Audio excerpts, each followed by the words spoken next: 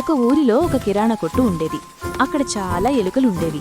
ఆ కొట్టులో ఆహారం పుష్కలంగా ఉండటంతో ఎలుకలన్నీ తింటూ సంచులను కొరికి పాడు చేస్తూ ఉండేవి.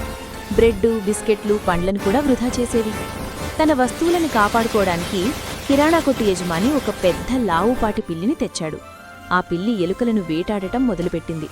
పిల్లి భయంతో ఎలుకలు బయట తిరగడం మానేశాయి. పిల్లి నుండి ఎలాగైనా తప్పించుకోవాలని ఎలుకలన్నీ ఒక సమావేశం ఏర్పాటు చేసుకున్నాయి. అప్పుడు ఒక తెలివైన ఎలుక లేచి, పిల్లి అడుగుల శబ్దం కాకుండా మెల్లగా వస్తుంది, అందుకే మనం దొరికిపోతున్నాం. మనం ఆ పిల్లి మెడలో ఒక గంట కట్టామనుకోండి, అది ఎప్పుడొస్తున్నా మనకు శబ్దం వినిపిస్తుంది, అప్పుడు మనం పారిపోవచ్చు అని ఒక ఉపాయం చెప్పింది. ఎలుకలన్నీ ఆ ఉపాయం చాలా బాగుందని సంతోషించాయి. కాని అప్పుడు ఒక ముసలి ఎలుక లేచి, అంతా బాగానే ఉంది కానీ పిల్లి మెడలో గంట కట్టే ధైర్యం ఎవరికుంది, ఆ పని ఎవరు చేస్తారు అని అడిగింది. ఆ ప్రశ్న వినగానే ఎలుకలన్నీ నిశ్శబ్దమైపోయాయి. ఒక్క ఎలుక కూడా సమాధానం చెప్పలేకపోయింది.